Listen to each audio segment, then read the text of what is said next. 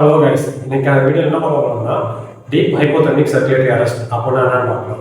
First அதுக்கு முன்னாடி hypothermia பார்த்தீங்கன்னா ஹைப்போதெர்மியானா நம்ம பாடி டெம்பரேச்சரோட கம்மியாக டிகிரி செல்சியஸ்ல டெம்பரேச்சர் இருக்கிறது, அதாவது 37 டிகிரி செல்சியஸோட கம்மியாக இருக்கிறது தான் ஹைப்போதெர்மியான்னு சொல்லுவாங்க.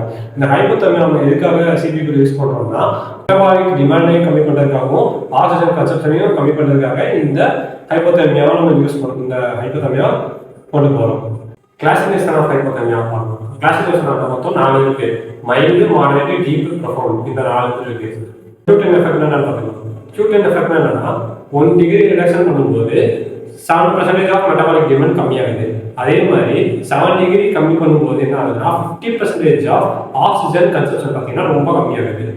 இந்த DHCA ஃபர்ஸ்ட் யார் எதுக்காக யூஸ் பண்ணாங்கன்னா 1963 அப்போ பார்னர் அண்ட் ஸ்க்ரூவர் சவுத் ஆப்பிரிக்காவில் இருக்காங்க.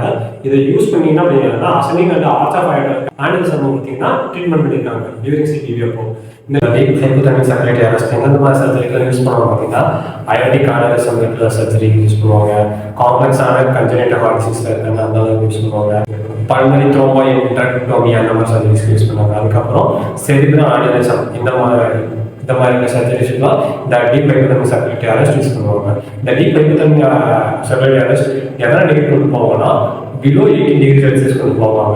அதனால என்ன ஆகும்னா பேஷண்ட்டுக்கு பிளட் சப்ளையும் போகாது, பேஷண்ட்டுக்கு மெட்டபாலிக் டிமாண்டும் இருக்காது, ஆக்சிஜன் கன்சப்ஷனும் இருக்காது.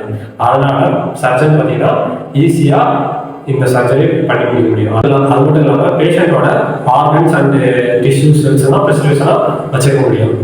இந்த வீடியோ உங்களுக்கு பிடிச்சிருந்தா மறக்காம லைக், ஷேர் அண்ட் சப்ஸ்கிரைப் பண்ணுங்க. தேங்க்யூ ஃபார் வாட்சிங்.